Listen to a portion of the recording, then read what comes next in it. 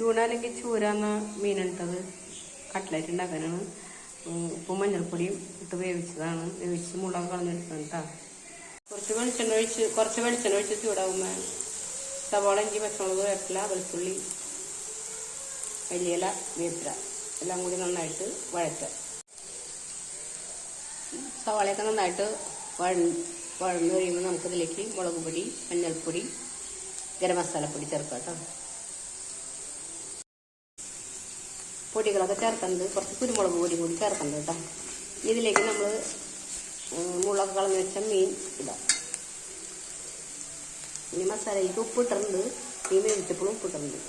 ഇനി മിക്സ് ചെയ്തിട്ട് നോക്കിയിട്ട് വേണമെന്നുണ്ടെങ്കിൽ ഇട്ടാൽ മതി. നന്നായിട്ട് മിക്സ് ചെയ്യണം. മിക്സ് ചെയ്തുകൊണ്ട് കുറേശ്ശെ ഒന്ന് മൊരിച്ചെടുക്കണം. ഇത് ദശക്കട്ടിയുള്ള ഏത് മീനുകൊണ്ട് ചെയ്യാം, അയിലുകൊണ്ടും ഒക്കെ ചെയ്യാം കേട്ടോ. നമ്മുടെ മീൻ കൂട്ടിയോട് നന്നായിട്ട് മൊരിച്ചിട്ടുണ്ട് കേട്ടോ. ഓഫ് ചെയ്യാൻ തീ. കട്ട്ലേറ്റിലേക്ക് നമുക്ക് കുറച്ച് ബ്രെഡ് പൊടിച്ചത് വേണം, ഉരുളക്കിഴങ്ങ് പുഴുങ്ങിയത് വേണം. നമുക്ക് മീൻ റെഡിയാക്കി വെച്ചേക്കണ ആ കൂട്ടിലേക്ക് ഉരുളക്കിഴങ്ങ് ചേർത്ത് കുഴയ്ക്കാം. നന്നായിട്ട് ഉരുളക്കിഴങ്ങ് ഇട്ട് കുഴച്ചെടുക്കുന്നുണ്ട് കേട്ടോ. ആ സമയത്ത് ഉപ്പുണ്ടോ നോക്കണം.